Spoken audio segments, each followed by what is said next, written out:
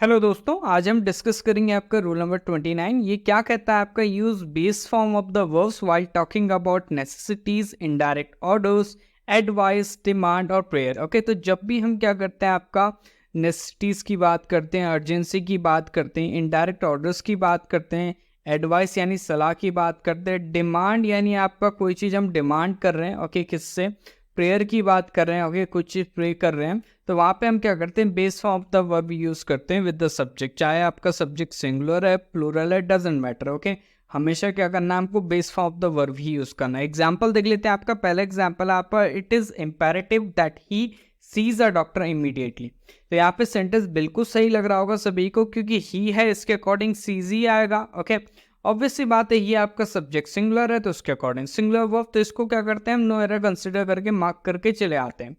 अच्छा, सेंटेंस इस तरीके से आ जाता है अगर it is imperative that he see a doctor immediately, तो इसमें भी हम क्या करते हैं भाई एरर मार्क कर देते हैं कि ही के साथ सी नहीं आ सकता। ओके, और इसमें क्या होता है हम एरर मार्क करके आ जाते हैं और ये भी हमारा गलत हो जाता है, जबकि ये आपका नो एरर वाला पार्ट है, नो एरर वाला क्वेश्चन है। अब यहाँ पे यही फंडा आपका इट इज इम्पेरेटिव। अगर हम इम्पेरेटिव की हम बात करेंगे तो इम्पेरेटिव मतलब होता है आपका इंपॉर्टेंट। ओके, अर्जेंट कोई चीज होगी तो वहां पे हम क्या करते हैं इंपेरेटिव यूज करते हैं। ये आपका एडजेक्टिव है। दैट कंजंक्शन है, ही आपका सब्जेक्ट है, ओके सबऑर्डिनेट क्लॉज का, सी आपका वर्ब है, ओके अ डॉक्टर आपका क्या नाउन फ्रेज है, सी वर्ब का ऑब्जेक्ट है, इमीडिएटली जो है वो आपका एडवर्ब है और ये आपका क्या सी वर्ब को मॉडिफाई कर रहा है। क्लियर है, मैनर है। तो यहाँ पे हमने क्या कर रखा है, देखो इट इज इम्पेरेटिव, तो इम्पेरेटिव क्या है आपका, नेसेसिटी क्या है आपका कि that he see a doctor immediately, उसको डॉक्टर को कंसल्ट करना चाहिए, ओके तुरंत ही। ओके, तो ये चीज क्या है आपकी इंपॉर्टेंट है, नेसेसिटी बता रही है। तो जो चीज नेसेसिटी बताएगी तो वहां पे क्या होगा आपका, चाहे सब्जेक्ट सिंगुलर है चाहे आपका प्लूरल है, डजेंट मैटर, हमेशा क्या होगा base form of the verb ही हम यूज करेंगे। अच्छा, इसको इसके साथ हम क्या कर सकते थे, अगर ये इस तरीके से लिखा होता he should see a doctor immediately तो भी सेंटेंस सही होता।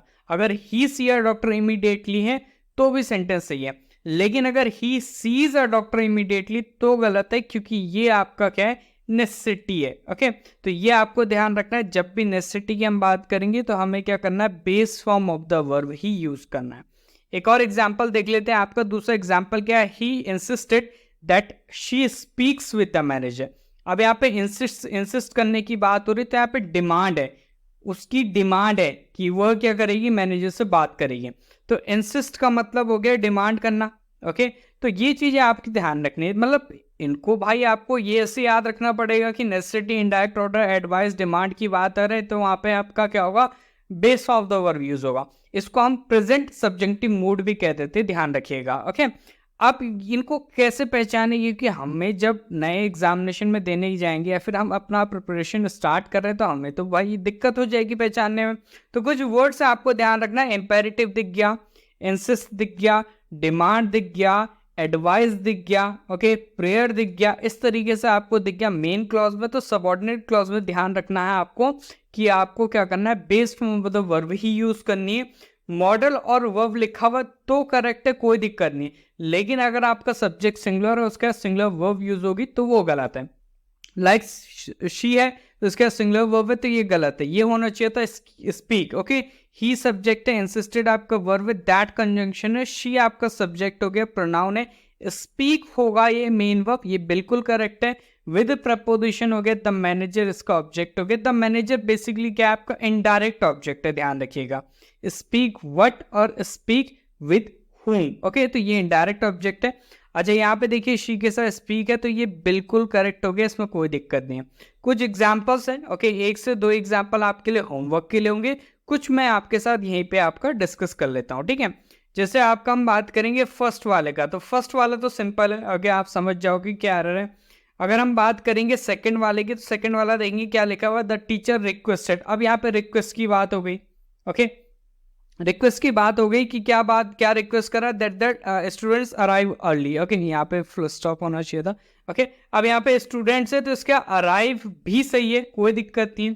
या फिर अगर यहाँ पे होता दैट ही अराइव्स अर्ली तो गलत हो जाता, इट शुड भी आपका ही अराइव अर्ली होना चाहिए, ठीक है। तो ये आपको ध्यान रखना है, स्टूडेंट्स का अराइव है तो इसमें आपको कोई कंफ्यूजन हो ही नहीं रही होगी। ओके या फिर इस तरीके से होता the students must arrive early, तो भी सही था। ओके एक और देख लेते हैं हम। अच्छा ये भी आप कर लोगे। एडवाइस की बात हो रही है तो यहाँ पे आपका क्या होना चाहिए, टेक होना चाहिए, सिंपल सी बात है। डिमांड की बात हो रही है तो अच्छा ये वाला देख लेते हैं, फोर्थ वाला। अब डिमांड की बात हो रही है तो आप इज यूज हुआ, इज गलत है। इज का जो बेस फॉर्म होता है ना वो बी होता है, ध्यान रखिएगा। तो हमें क्या करना है, base form of the verb use करना है। वॉज होता तो भी यहाँ पे बी लिखा रहता, वॉज नहीं आता।